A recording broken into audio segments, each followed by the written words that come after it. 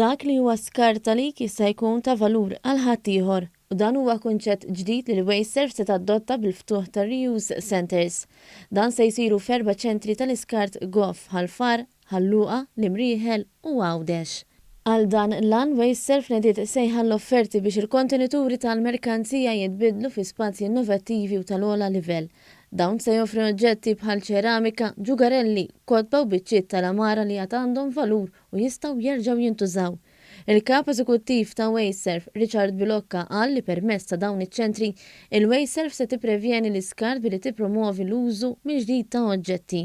Poplu Malti jkollu aċċess għal dan is-servizz, servizz importanti fejn inti tkun qed tieħu oġġett tajjeb u dan l-oġġett ma jkunx qed jinħoloq mill-ġdid u nkunu qegħdin insalvawh milli jintrema. Il-Ministru Farrugia spjega li bekk pajjiżna se jkompli jaħdem favur l-ekonomija ċirkulari. Daw se jinbiegħu permezz ta' donazzjoni, ħajnħoloq fond minnhom u mbagħad dawk il-fondi ħajmorru għal proġetti ambjentali, inkluż ukoll il-konservazzjoni il-proġett tan-naħal allura. Dan il-kunċett qed jikkumplementa wkoll il-pjan tal-Gvern għal maniġġjar tal-iskart 2021-2030 billi jrawhem kultura ta' użu effiċjenti tar-riżorsi u konsum sostenibbli.